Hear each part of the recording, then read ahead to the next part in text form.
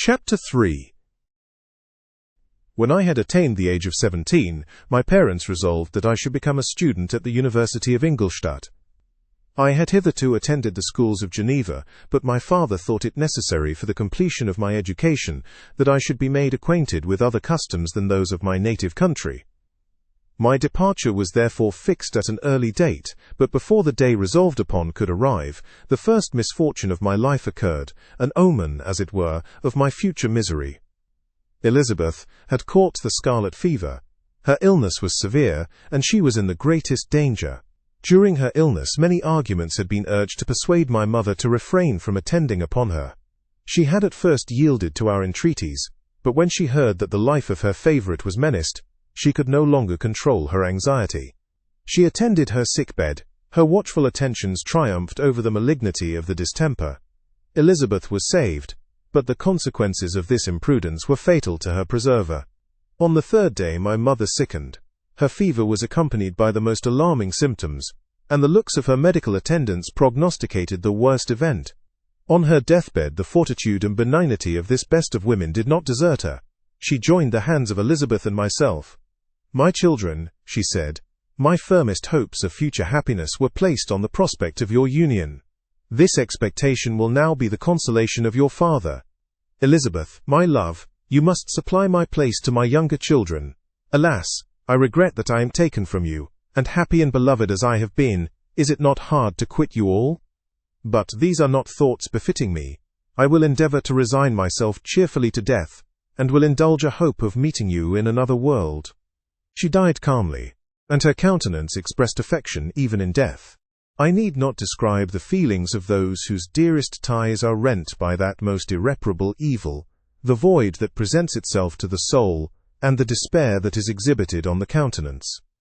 It is so long before the mind can persuade itself that she whom we saw every day, and whose very existence appeared a part of our own, can have departed forever, that the brightness of a beloved eye can have been extinguished, and the sound of a voice so familiar and dear to the ear can be hushed, never more to be heard. These are the reflections of the first days, but when the lapse of time proves the reality of the evil, then the actual bitterness of grief commences. Yet from whom has not that rude hand rent away some dear connection? And why should I describe a sorrow which all have felt, and must feel? The time at length arrives when grief is rather an indulgence than a necessity, and the smile that plays upon the lips, although it may be deemed a sacrilege, is not banished. My mother was dead, but we had still duties which we ought to perform. We must continue our course with the rest, and learn to think ourselves fortunate, whilst one remains whom the spoiler has not seized. My departure for Ingolstadt, which had been deferred by these events, was now again determined upon. I obtained from my father a respite of some weeks. It appeared to me sacrilege so soon to leave the repose, akin to death, of the house of mourning, and to rush into the thick of life. I was new to sorrow, but it did not the less alarm me. I was unwilling to quit the sight of those that remained to me, and above all, I desired to see my sweet Elizabeth in some degree consoled. She indeed veiled her grief and strove to act the comforter to us all. She looked steadily on life, and assumed its duties with courage and zeal. She devoted herself to those whom she had been taught to call her uncle and cousins. Never was she so enchanting as at this time, when she recalled the sunshine of her smiles and spent them upon us. She forgot even her own regret in her endeavours to make us forget. The day of my departure at length arrived. Clerval spent the last evening with us. He had endeavoured to persuade his father to permit him to accompany me and to become my fellow student, but in vain. His father was a narrow-minded trader and saw idleness and ruin in the aspirations and ambition of his son. Henry deeply felt the misfortune of being debarred from a liberal education. He said little, but when he spoke I read in his kindling eye, and in his animated glance a restrained but firm resolve not to be chained to the miserable details of commerce. We sat late. We could not tear ourselves away from each other, nor persuade ourselves to say the word farewell. It was said, and we retired under the pretence of seeking repose, each fancying that the other was deceived. But when at morning's dawn I descended to the carriage, which was to convey me away, they were all there.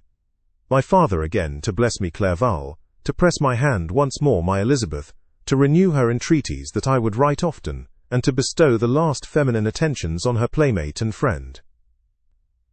I threw myself into the chaise that was to convey me away, and indulged in the most melancholy reflections. I, who had ever been surrounded by amiable companions, continually engaged in endeavouring to bestow mutual pleasure, I was now alone. In the university whither I was going, I must form my own friends and be my own protector. My life had hitherto been remarkably secluded and domestic, and this had given me invincible repugnance to new countenances. I loved my brothers Elizabeth and Clerval. These were old familiar faces. But I believed myself totally unfitted for the company of strangers. Such were my reflections as I commenced my journey, but as I proceeded, my spirits and hopes rose. I ardently desired the acquisition of knowledge. I had often, when at home, thought it hard to remain during my youth, cooped up in one place, and had longed to enter the world, and take my station among other human beings. Now my desires were complied with, and it would indeed have been folly to repent. I had sufficient leisure for these and many other reflections during my journey to Ingolstadt, which was long and fatiguing. At length, the high white steeple of the town met my eyes. I alighted, and was conducted to my solitary apartment to spend the evening as I pleased. The next morning I delivered my letters of introduction, and paid a visit to some of the principal professors. Chance, or rather the evil influence, the angel of destruction, which asserted omnipotent sway over me from the moment I turned my reluctant steps from my father's door, led me first to M. Krempe, professor of natural philosophy. He was an uncouth man, but deeply imbued in the secrets of his science. He asked me several questions concerning my progress in the different branches of science appertaining to natural philosophy. I replied carelessly, and partly in contempt, mentioned the names of my alchemists as the principal authors I had studied. The professor stared. "Have you," he said, "really spent your time in studying such nonsense?" I replied in the affirmative. "Every minute," continued Monsieur Krempe with warmth, "every instant that you have wasted on those books is utterly and entirely lost. You have burdened your memory with exploded systems and useless names. Good God! In what desert land have you lived, where no one was kind enough to inform you that these fancies which you have so greedily imbibed are 1,000 years old, and as musty as they are ancient? I little expected, in this enlightened and scientific age, to find a disciple of Albertus Magnus and Paracelsus. My dear sir, you must begin your studies entirely anew." So saying, he stepped aside and wrote down a list of several books treating of natural philosophy, which he desired me to procure, and dismissed me, after mentioning that in the beginning of the following week he intended to commence a course of lectures upon natural philosophy in its general relations, and that M. Waldman, a fellow professor, would lecture upon chemistry the alternate days that he omitted. I returned home not disappointed, for I have said that I had long considered those authors useless whom the professor reprobated, but I returned not at all the more inclined to recur to these studies in any shape. M. Krempe was a little squat man, with a gruff voice and a repulsive countenance. The teacher therefore did not prepossess me in favour of his pursuits. In rather a too philosophical and connected a strain perhaps, I have given an account of the conclusions I had come to concerning them in my early years. As a child I had not been content with the results promised by the modern professors of natural science. With a confusion of ideas only to be accounted for by my extreme youth and my want of a guide on such matters, I had retrod the steps of knowledge along the paths of time, and exchanged the discoveries of recent inquirers for the dreams of forgotten alchemists. Besides, I had a contempt for the uses of modern natural philosophy. It was very different when the masters of the science sought immortality and power. Such views, although futile, were grand. But now the scene was changed. The ambition of the inquirer seemed to limit itself to the annihilation of those visions on which my interest in science was chiefly founded. I was required to exchange chimeras of boundless grandeur for realities of little worth. Such were my reflections during the first 2 or 3 days of my residence at Ingolstadt, which were chiefly spent in becoming acquainted with the localities and the principal residents in my new abode. But as the ensuing week commenced, I thought of the information which M. Krempe had given me concerning the lectures.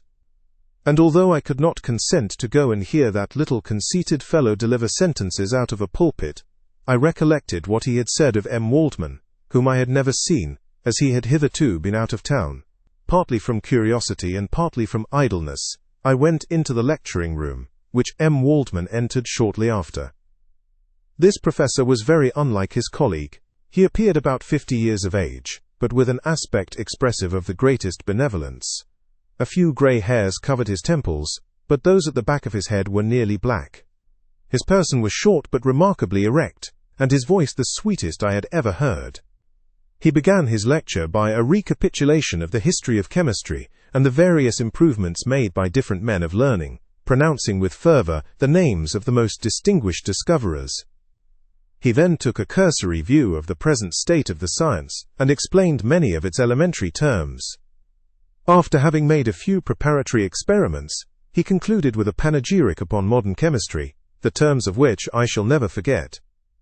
"The ancient teachers of this science," said he, "promised impossibilities and performed nothing.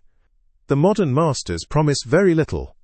They know that metals cannot be transmuted, and that the elixir of life is a chimera. But these philosophers, whose hands seem only made to dabble in dirt, and their eyes to pore over the microscope or crucible, have indeed performed miracles.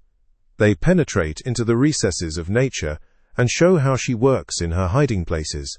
They ascend into the heavens. They have discovered how the blood circulates, and the nature of the air we breathe. They have acquired new and almost unlimited powers. They can command the thunders of heaven, mimic the earthquake, and even mock the invisible world with its own shadows." Such were the professor's words, rather let me say such the words of the fate, announced to destroy me. As he went on, I felt as if my soul were grappling with a palpable enemy. One by one the various keys were touched which formed the mechanism of my being. Chord after chord was sounded, and soon my mind was filled with one thought, one conception, one purpose. "So much has been done," exclaimed the soul of Frankenstein. "More, far more will I achieve. Treading in the steps already marked, I will pioneer a new way, explore unknown powers, and unfold to the world the deepest mysteries of creation."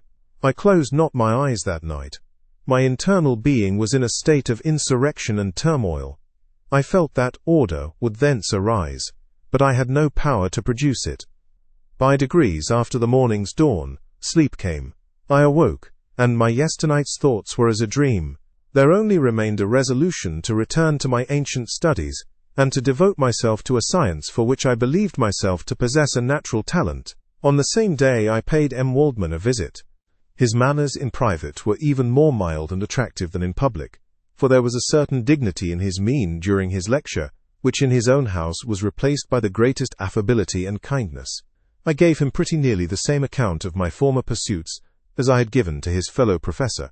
He heard with attention the little narration concerning my studies, and smiled at the names of Cornelius Agrippa and Paracelsus, but without the contempt that M. Krempe had exhibited. He said that these were men to whose indefatigable zeal modern philosophers were indebted for most of the foundations of their knowledge.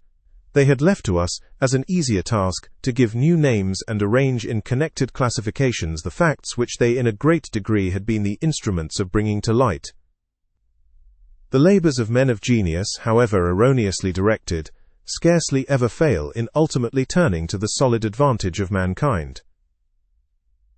I listened to his statement, which was delivered without any presumption or affectation, and then added that his lecture had removed my prejudices against modern chemists.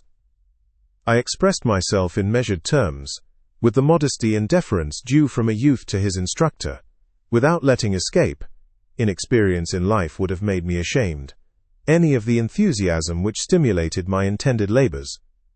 I requested his advice concerning the books I ought to procure. "I am happy," said M. Waldman, "to have gained a disciple, and if your application equals your ability, I have no doubt of your success.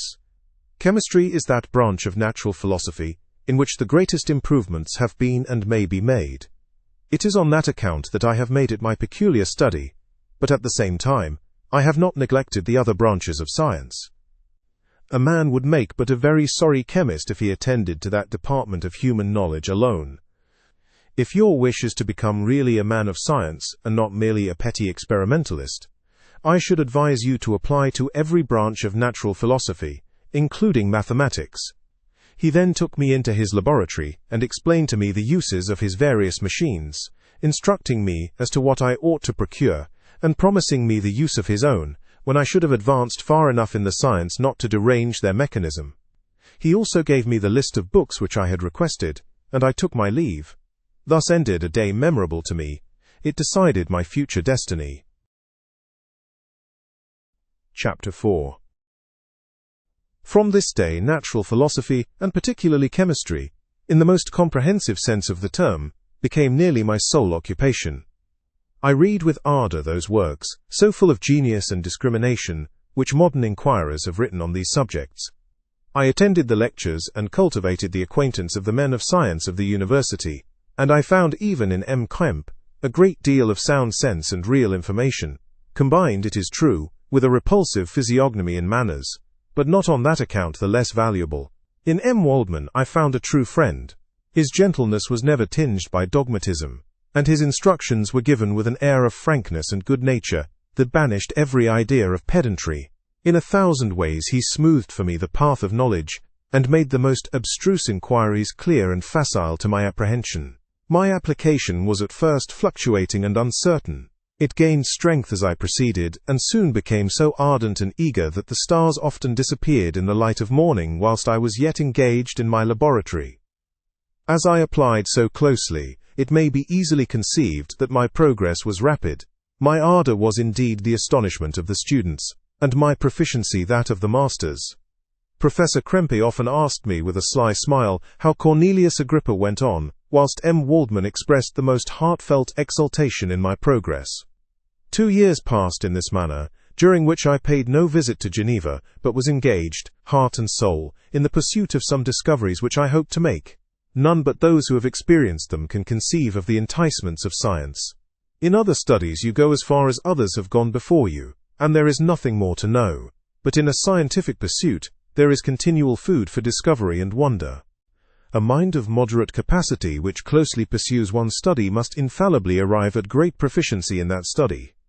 And I, who continually sought the attainment of one object of pursuit, and was solely wrapped up in this, improved so rapidly that at the end of 2 years I made some discoveries in the improvement of some chemical instruments, which procured me great esteem and admiration at the university. When I had arrived at this point, and had become as well acquainted with the theory and practice of natural philosophy as depended on the lessons of any of the professors at Ingolstadt, my residence, there being no longer conducive to my improvements, I thought of returning to my friends and my native town, when an incident happened that protracted my stay. One of the phenomena which had peculiarly attracted my attention was the structure of the human frame, and indeed, any animal endued with life. Whence, I often asked myself, did the principle of life proceed? It was a bold question, and one which has ever been considered as a mystery. Yet with how many things are we upon the brink of becoming acquainted, if cowardice or carelessness did not restrain our inquiries? I revolved these circumstances in my mind, and determined thenceforth to apply myself more particularly to those branches of natural philosophy which relate to physiology. Unless I had been animated by an almost supernatural enthusiasm, my application to this study would have been irksome and almost intolerable. To examine the causes of life, we must first have recourse to death. I became acquainted with the science of anatomy, but this was not sufficient. I must also observe the natural decay and corruption of the human body. In my education, my father had taken the greatest precautions that my mind should be impressed with no supernatural horrors. I do not ever remember to have trembled at a tale of superstition, or to have feared the apparition of a spirit.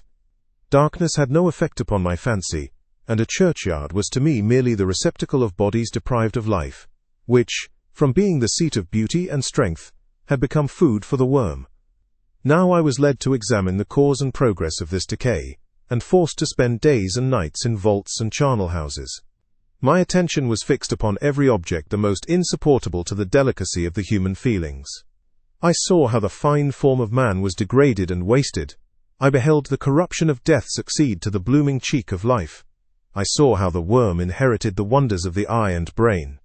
I paused examining and analyzing all the minutiae of causation as exemplified in the change from life to death and death to life, until from the midst of this darkness, a sudden light broke in upon me. A light so brilliant and wondrous, yet so simple, that while I became dizzy with the immensity of the prospect which it illustrated, I was surprised that among so many men of genius who had directed their inquiries towards the same science, that I alone should be reserved to discover so astonishing a secret. Remember, I am not recording the vision of a madman. The sun does not more certainly shine in the heavens than that which I now affirm is true. Some miracle might have produced it, yet the stages of the discovery were distinct and probable. After days and nights of incredible labor and fatigue, I succeeded in discovering the cause of generation and life. Nay, more, I became myself capable of bestowing animation upon lifeless matter. The astonishment which I had at first experienced on this discovery soon gave place to delight and rapture. After so much time spent in painful labor, to arrive at once at the summit of my desires was the most gratifying consummation of my toils. But this discovery was so great and overwhelming that all the steps by which I had been progressively led to it were obliterated, and I beheld only the result. What had been the study and desire of the wisest men since the creation of the world was now within my grasp. Not that, like a magic scene, it all opened upon me at once. The information I had obtained was of a nature rather to direct my endeavors so soon as I should point them towards the object of my search, than to exhibit that object already accomplished. I was like the Arabian who had been buried with the dead and found a passage to life, aided only by one glimmering and seemingly ineffectual light. I see by your eagerness and the wonder and hope which your eyes express, my friend, that you expect to be informed of the secret with which I am acquainted. That cannot be. Listen patiently until the end of my story, and you will easily perceive why I am reserved upon that subject. I will not lead you on, unguarded and ardent as I then was, to your destruction and infallible misery. Learn from me, if not by my precepts, at least by my example, how dangerous is the acquirement of knowledge, and how much happier that man is who believes his native town to be the world, than he who aspires to become greater than his nature will allow. When I found so astonishing a power placed within my hands, I hesitated a long time concerning the manner in which I should employ it. Although I possessed the capacity of bestowing animation, yet to prepare a frame for the reception of it, with all its intricacies of fibers, muscles, and veins, still remained a work of inconceivable difficulty and labor. I doubted at first whether I should attempt the creation of a being like myself, or one of simpler organization, but my imagination was too much exalted by my first success to permit me to doubt of my ability to give life to an animal as complex and wonderful as man. The materials at present within my command hardly appeared adequate to so arduous an undertaking, but I doubted not that I should ultimately succeed. I prepared myself for a multitude of reverses. My operations might be incessantly baffled, and at last my work be imperfect. Yet when I considered the improvement which every day takes place in science and mechanics, I was encouraged to hope my present attempts would at least lay the foundations of future success. Nor could I consider the magnitude and complexity of my plan as any argument of its impracticability. It was with these feelings that I began the creation of a human being. As the minuteness of the parts formed a great hindrance to my speed, I resolved, contrary to my first intention, to make the being of a gigantic stature, that is to say about 8 feet in height, and proportionably large. After having formed this determination, and having spent some months in successfully collecting and arranging my materials, I began. No one can conceive the variety of feelings which bore me onwards, like a hurricane, in the first enthusiasm of success. Life and death appeared to me ideal bounds, which I should first break through, and pour a torrent of light into our dark world. A new species would bless me as its creator and source. Many happy and excellent natures would owe their being to me. No father could claim the gratitude of his child so completely as I should deserve theirs. Pursuing these reflections, I thought that if I could bestow animation upon lifeless matter, I might in process of time, although I now found it impossible, renew life where death had apparently devoted the body to corruption. These thoughts supported my spirits, while I pursued my undertaking with unremitting ardor. My cheek had grown pale with study, and my person had become emaciated with confinement. Sometimes, on the very brink of certainty, I failed, yet still I clung to the hope which the next day or the next hour might realize. One secret which I alone possessed was the hope to which I had dedicated myself, and the moon gazed on my midnight labors, while, with unrelaxed and breathless eagerness, I pursued nature to her hiding places. Who shall conceive the horrors of my secret toil, as I dabbled among the unhallowed damps of the grave, or tortured the living animal to animate the lifeless clay? My limbs now tremble, and my eyes swim with the remembrance, but then a resistless and almost frantic impulse urged me forward. I seemed to have lost all soul or sensation but for this one pursuit. It was indeed but a passing trance, that only made me feel with renewed acuteness so soon as, the unnatural stimulus ceasing to operate, I had returned to my old habits. I collected bones from charnel houses and disturbed, with profane fingers, the tremendous secrets of the human frame. In a solitary chamber, or rather cell, at the top of the house, and separated from all the other apartments by a gallery and staircase, I kept my workshop of filthy creation. My eyeballs were starting from their sockets in attending to the details of my employment. The dissecting room and the slaughterhouse furnished many of my materials, and often did my human nature turn with loathing from my occupation. Whilst still urged on by an eagerness which perpetually increased, I brought my work near to a conclusion. The summer months passed while I was thus engaged, heart and soul, in one pursuit. It was a most beautiful season. Never did the fields bestow a more plentiful harvest, or the vines yield a more luxuriant vintage. But my eyes were insensible to the charms of nature, and the same feelings which made me neglect the scenes around me caused me also to forget those friends who were so many miles absent, and whom I had not seen for so long a time. I knew my silence disquieted them, and I well remembered the words of my father. I know that while you are pleased with yourself, you will think of us with affection, and we shall hear regularly from you. You must pardon me if I regard any interruption in your correspondence as a proof that your other duties are equally neglected. I knew well, therefore, what would be my father's feelings, but I could not tear my thoughts from my employment, loathsome in itself, but which had taken an irresistible hold of my imagination. I wished, as it were, to procrastinate all that related to my feelings of affection, until the great object, which swallowed up every habit of my nature, should be completed. I then thought that my father would be unjust if he ascribed my neglect to vice or faultiness on my part, but I am now convinced that he was justified in conceiving that I should not be altogether free from blame. A human being in perfection ought always to preserve a calm and peaceful mind, and never to allow passion or a transitory desire to disturb his tranquillity. I do not think that the pursuit of knowledge is an exception to this rule. If the study to which you apply yourself has a tendency to weaken your affections, and to destroy your taste for those simple pleasures in which no alloy can possibly mix, then that study is certainly unlawful, that is to say, not befitting the human mind. If this rule were always observed, if no man allowed any pursuit whatsoever to interfere with the tranquillity of his domestic affections, Greece had not been enslaved. Caesar would have spared his country, America would have been discovered more gradually, and the empires of Mexico and Peru had not been destroyed. But I forget that I am moralizing in the most interesting part of my tale, and your looks remind me to proceed. My father made no reproach in his letters, and only took notice of my silence, by inquiring into my occupations, more particularly than before. Winter, spring, and summer passed away during my labors, but I did not watch the blossom or the expanding leaves, sights which before always yielded me supreme delight, so deeply was I engrossed in my occupation. The leaves of that year had withered before my work drew near to a close, and now every day showed me more plainly how well I had succeeded.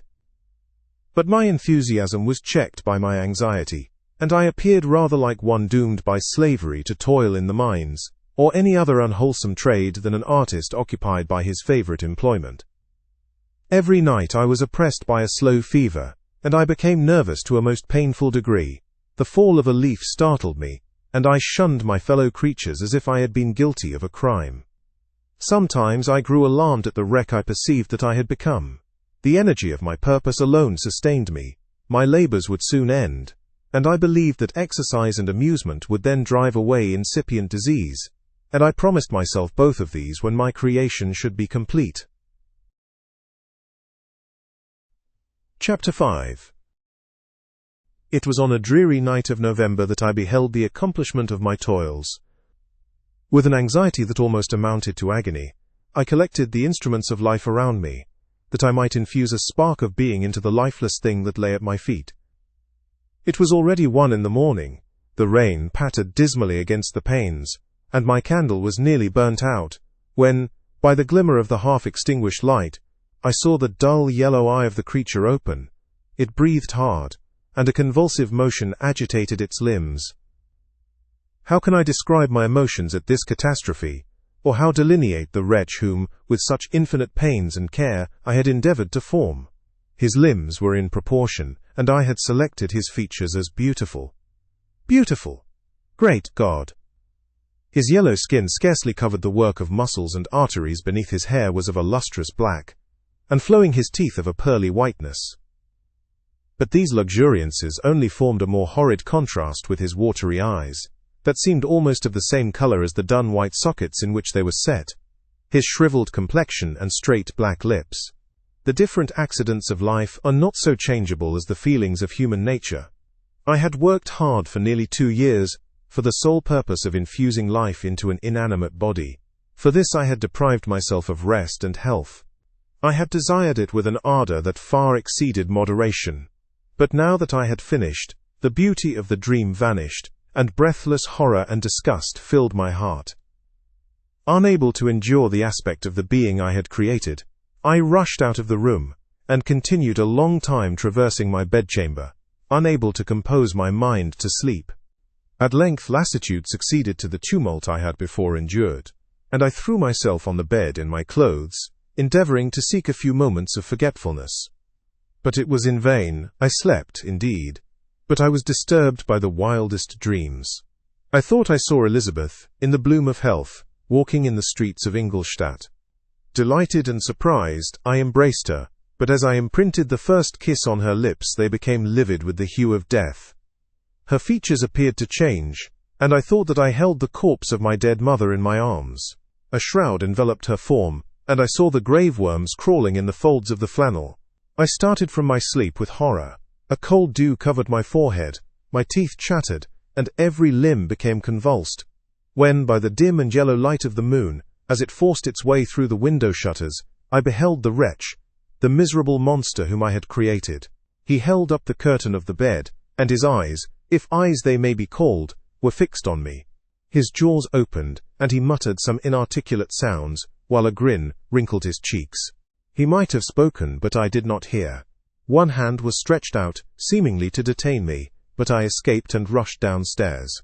I took refuge in the courtyard belonging to the house which I inhabited, where I remained during the rest of the night, walking up and down in the greatest agitation, listening attentively, catching and fearing each sound, as if it were to announce the approach of the demoniacal corpse to which I had so miserably given life.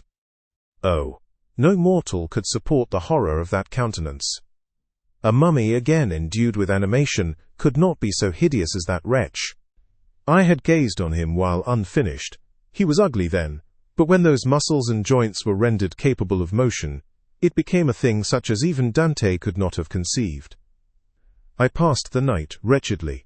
Sometimes my pulse beat so quickly and hardly that I felt the palpitation of every artery. At others I nearly sank to the ground through languor and extreme weakness. Mingled with this horror, I felt the bitterness of disappointment. Dreams that had been my food and pleasant rest for so long a space were now become a hell to me. And the change was so rapid, the overthrow so complete. Morning, dismal and wet, at length dawned and discovered to my sleepless and aching eyes the church of Ingolstadt, its white steeple and clock, which indicated the 6th hour. The porter opened the gates of the court, which had that night been my asylum, and I issued into the streets, pacing them with quick steps, as if I sought to avoid the wretch whom I feared every turning of the street would present to my view. I did not dare return to the apartment which I inhabited, but felt impelled to hurry on, although drenched by the rain which poured from a black and comfortless sky. I continued walking in this manner for some time, endeavoring by bodily exercise to ease the load that weighed upon my mind. I traversed the streets without any clear conception of where I was or what I was doing. My heart palpitated in the sickness of fear, and I hurried on with irregular steps, not daring to look about me, like one who, on a lonely road, doth walk in fear and dread, and having once turned round, walks on, and turns no more his head, because he knows a frightful fiend doth close behind him tread. Coleridge's Ancient Mariner. Continuing thus, I came at length opposite to the inn, at which the various diligences and carriages usually stopped. Here I paused. I knew not why, but I remained some minutes with my eyes fixed on a coach that was coming towards me from the other end of the street. As it drew nearer, I observed that it was the Swiss diligence. It stopped just where I was standing, and on the door being opened, I perceived Henry Clerval, who, on seeing me, instantly sprung out. "My dear Frankenstein," exclaimed he, "how glad I am to see you! How fortunate that you should be here at the very moment of my alighting!" Nothing could equal my delight on seeing Clerval. His presence brought back to my thoughts my father, Elizabeth, and all those scenes of home so dear to my recollection. I grasped his hand, and in a moment forgot my horror and misfortune. I felt suddenly, and for the first time during many months, calm and serene joy. I welcomed my friend, therefore, in the most cordial manner, and we walked towards my college. Clerval continued talking for some time about our mutual friends and his own good fortune in being permitted to come to Ingolstadt. "You may easily believe," said he, "how great was the difficulty to persuade my father that all necessary knowledge was not comprised in the noble art of bookkeeping. And indeed, I believe I left him incredulous to the last, for his constant answer to my unwearied entreaties was the same as that of the Dutch schoolmaster in The Vicar of Wakefield. I have 10,000 florins a year without Greek. I eat heartily without Greek. But his affection for me at length overcame his dislike of learning, and he has permitted me to undertake a voyage of discovery to the land of knowledge. It gives me the greatest delight to see you. But tell me how you left my father, brothers, and Elizabeth." "Very well, and very happy. Only a little uneasy that they hear from you so seldom. By the by, I mean to lecture you a little upon their account myself. But, my dear Frankenstein," continued he, stopping short and gazing full in my face, "I did not before remark how very ill you appear, so thin and pale. You look as if you had been watching for several nights. You have guessed right. I have lately been so deeply engaged in one occupation that I have not allowed myself sufficient rest, as you see. But I sincerely hope, that all these employments are now at an end, and that I am at length free." I trembled excessively. I could not endure to think of, and far less to allude to, the occurrences of the preceding night. I walked with a quick pace, and we soon arrived at my college. I then reflected, and the thought made me shiver, that the creature whom I had left in my apartment might still be there, alive and walking about. I dreaded to behold this monster, but I feared still more that Henry should see him. Entreating him, therefore, to remain a few minutes at the bottom of the stairs, I darted up towards my own room. My hand was already on the lock of the door before I recollected myself. I then paused, and a cold shivering came over me. I threw the door forcibly open, as children are accustomed to do when they expect a spectre to stand in waiting for them on the other side. But nothing appeared. I stepped fearfully in. The apartment was empty, and my bedroom was also freed from its hideous guest. I could hardly believe that so great a good fortune could have befallen me. But when I became assured that my enemy had indeed fled, I clapped my hands for joy, and ran down to Clerval.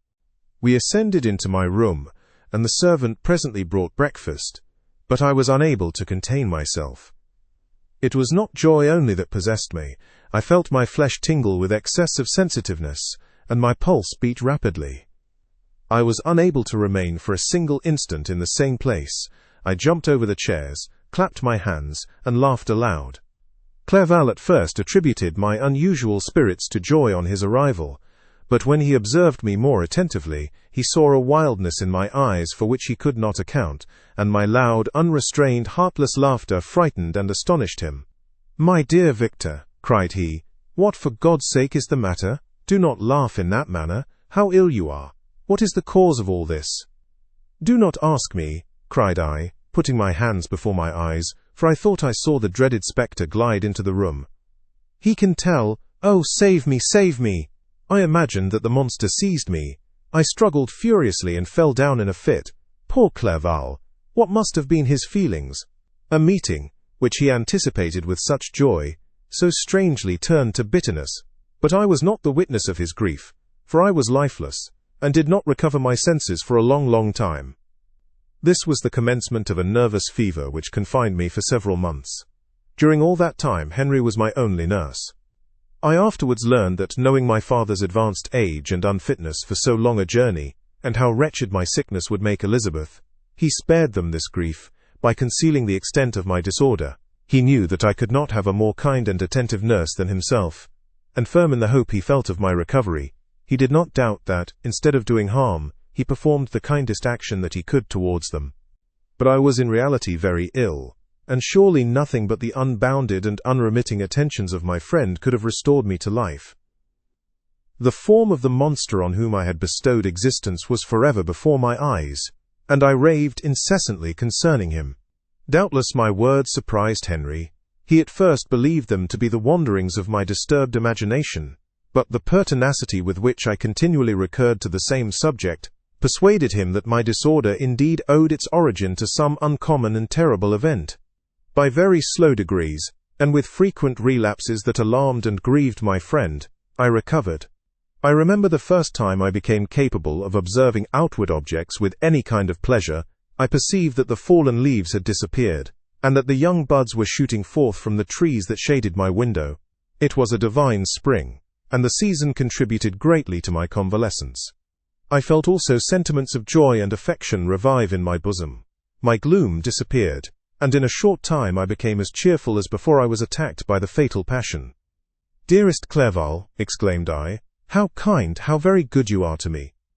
This whole winter, instead of being spent in study, as you promised yourself, has been consumed in my sick room. How shall I ever repay you? I feel the greatest remorse for the disappointment of which I have been the occasion. But you will forgive me. You will repay me entirely if you do not discompose yourself, but get well as fast as you can. And since you appear in such good spirits, I may speak to you on one subject, may I not?" I trembled. One subject? What could it be? Could he allude to an object on whom I dared not even think? "Compose yourself," said Clerval, who observed my change of colour.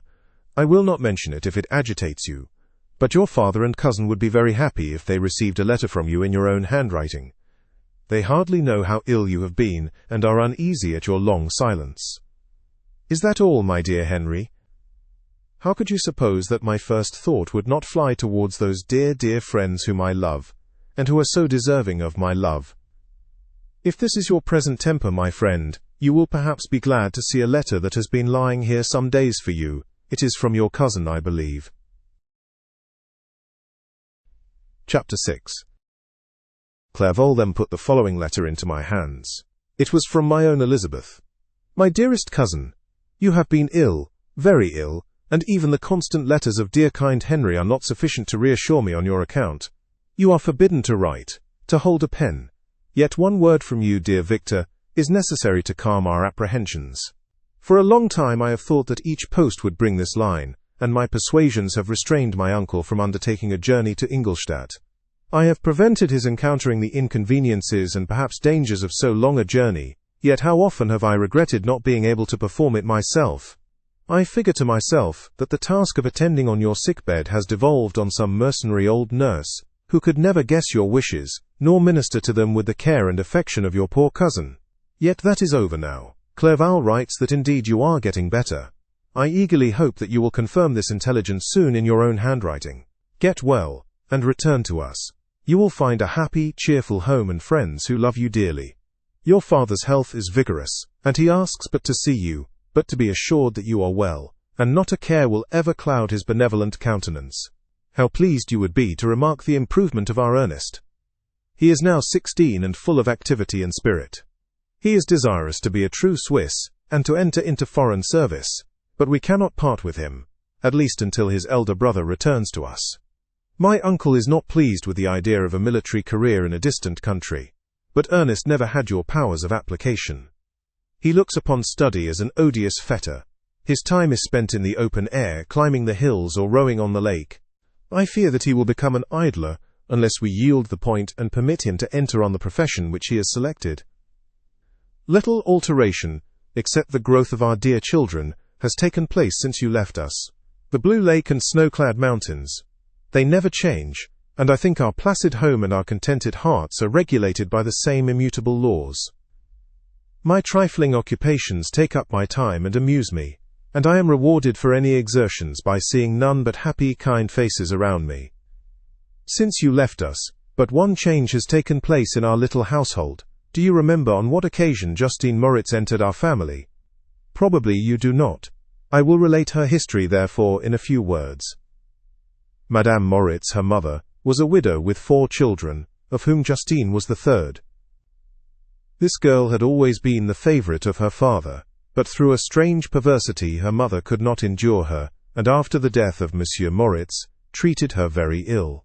My aunt observed this, and when Justine was 12 years of age, prevailed on her mother to allow her to live at our house. The republican institutions of our country have produced simpler and happier manners than those which prevail in the great monarchies that surround it. Hence there is less distinction between the several classes of its inhabitants, and the lower orders, being neither so poor nor so despised, their manners are more refined and moral. A servant in Geneva does not mean the same thing as a servant in France and England. Justine, thus received in our family, learned the duties of a servant, a condition which, in our fortunate country, does not include the idea of ignorance, and a sacrifice of the dignity of a human being. Justine, you may remember, was a great favorite of yours, and I recollect you once remarked that if you were in an ill humor, one glance from Justine could dissipate it, for the same reason that Ariosto gives concerning the beauty of Angelica. She looked so frank-hearted and happy. My aunt conceived a great attachment for her, by which she was induced to give her an education superior to that which she had at first intended. This benefit was fully repaid. Justine was the most grateful little creature in the world. I do not mean that she made any professions. I never heard one pass her lips, but you could see by her eyes that she almost adored her protectress. Although her disposition was gay, and in many respects inconsiderate, yet she paid the greatest attention to every gesture of my aunt. She thought her the model of all excellence, and endeavored to imitate her phraseology and manners, so that even now she often reminds me of her. When my dearest aunt died, everyone was too much occupied in their own grief to notice poor Justine, who had attended her during her illness with the most anxious affection. Poor Justine was very ill, but other trials were reserved for her. One by one her brothers and sister died, and her mother, with the exception of her neglected daughter, was left childless. The conscience of the woman was troubled. She began to think that the deaths of her favorites was a judgment from heaven to chastise her partiality. She was a Roman Catholic, and I believe her confessor confirmed the idea which she had conceived. Accordingly, a few months after your departure for Ingolstadt, Justine was called home by her repentant mother. Poor girl! She wept when she quitted our house. She was much altered since the death of my aunt. Grief had given softness and a winning mildness to her manners, which had before been remarkable for vivacity. Nor was her residence at her mother's house of a nature to restore her gaiety. The poor woman was very vacillating in her repentance. She sometimes begged Justine to forgive her unkindness, but much oftener accused her of having caused the deaths of her brothers and sister. Perpetual fretting at length threw Madame Moritz into a decline, which at first increased her irritability. But she is now at peace forever. She died on the first approach of cold weather, at the beginning of this last winter. Justine has just returned to us, and I assure you I love her tenderly. She is very clever and gentle, and extremely pretty. As I mentioned before, her mien and her expression continually remind me of my dear aunt. I must say also a few words to you, my dear cousin, of little darling William. I wish you could see him. He is very tall of his age, with sweet laughing blue eyes, dark eyelashes and curling hair.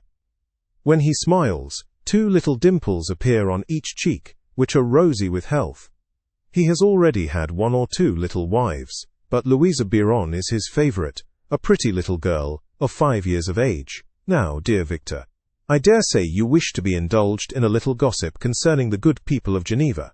The pretty Miss Mansfield has already received the congratulatory visits on her approaching marriage with a young Englishman, John Melbourne Esquire. Her ugly sister, Manon, married Monsieur Duvillard, the rich banker, last autumn.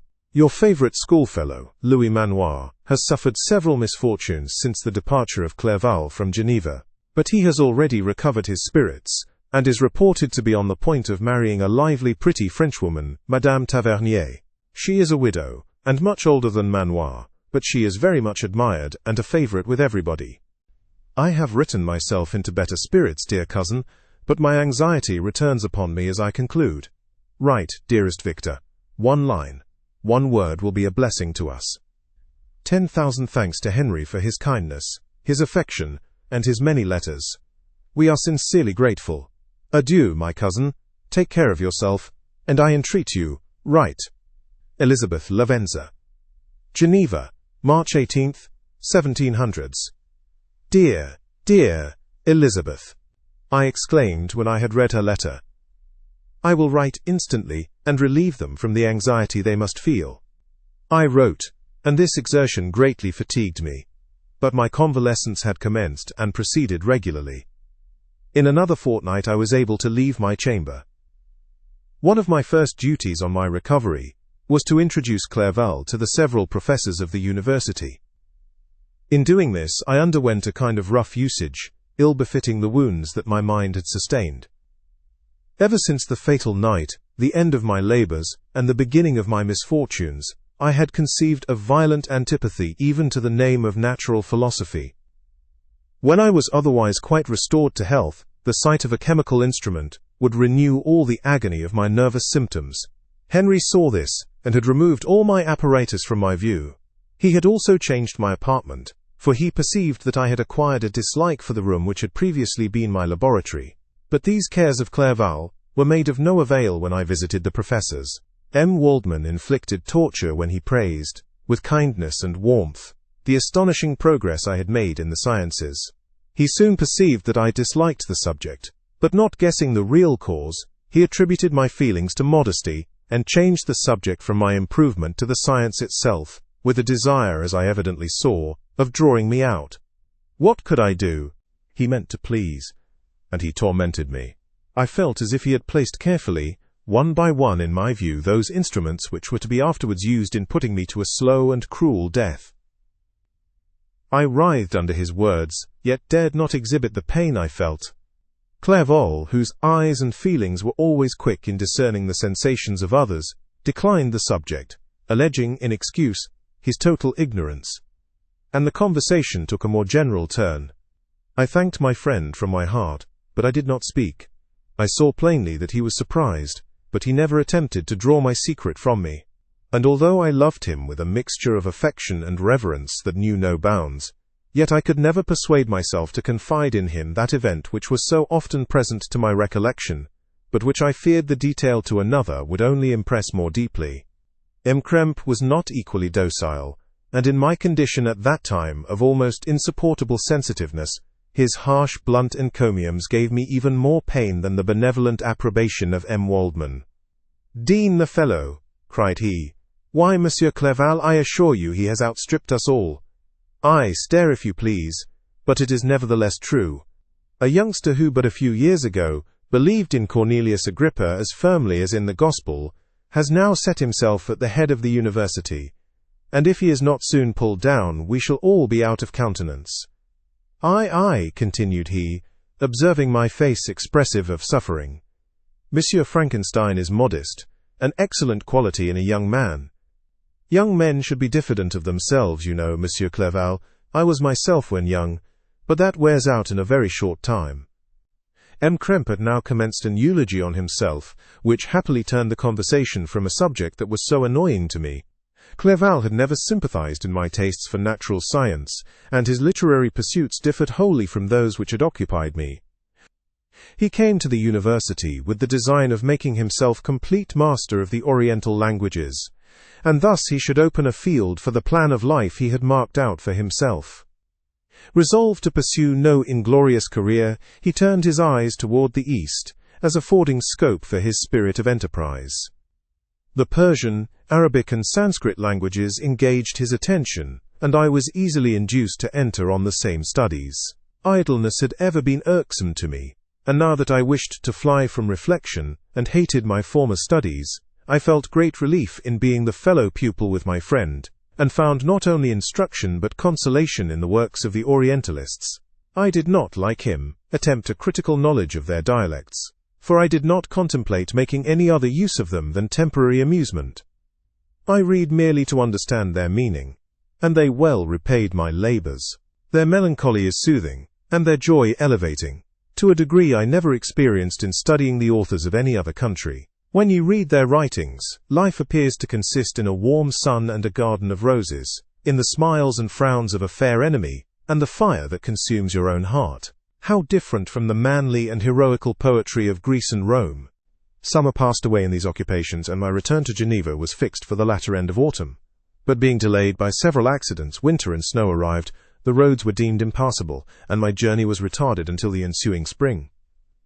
I felt this delay very bitterly, for I longed to see my native town and my beloved friends. My return had only been delayed so long, from an unwillingness to leave Clerval in a strange place, before he had become acquainted with any of its inhabitants. The winter, however, was spent cheerfully, and although the spring was uncommonly late, when it came its beauty compensated for its dilatoriness. The month of May had already commenced, and I expected the letter daily which was to fix the date of my departure, when Henry proposed a pedestrian tour in the environs of Ingolstadt, that I might bid a personal farewell to the country I had so long inhabited. I acceded with pleasure to this proposition. I was fond of exercise, and Clerval had always been my favourite companion in the ramble of this nature that I had taken among the scenes of my native country. We passed a fortnight in these perambulations. My health and spirits had long been restored, and they gained additional strength from the salubrious air I breathed, the natural incidents of our progress, and the conversation of my friend. Study had before secluded me from the intercourse of my fellow creatures, and rendered me unsocial. But Clerval called forth the better feelings of my heart. He again taught me to love the aspect of nature, and the cheerful faces of children. Excellent friend! How sincerely you did love me, and endeavor to elevate my mind until it was on a level with your own. A selfish pursuit had cramped and narrowed me, until your gentleness and affection warmed and opened my senses. I became the same happy creature who, a few years ago, loved and beloved by all, had no sorrow or care. When happy, inanimate nature had the power of bestowing on me the most delightful sensations. A serene sky and verdant fields filled me with ecstasy. The present season was indeed divine. The flowers of spring bloomed in the hedges, while those of summer were already in bud. I was undisturbed by thoughts which during the preceding year had pressed upon me, notwithstanding my endeavours to throw them off, with an invincible burden. Henry rejoiced in my gaiety, and sincerely sympathized in my feelings. He exerted himself to amuse me, while he expressed the sensations that filled his soul. The resources of his mind on this occasion were truly astonishing. His conversation was full of imagination, and very often, in imitation of the Persian and Arabic writers, he invented tales of wonderful fancy and passion. At other times he repeated my favorite poems or drew me out into arguments, which he supported with great ingenuity. We returned to our college on a Sunday afternoon. The peasants were dancing, and everyone we met appeared gay and happy. My own spirits were high, and I bounded along with feelings of unbridled joy and hilarity.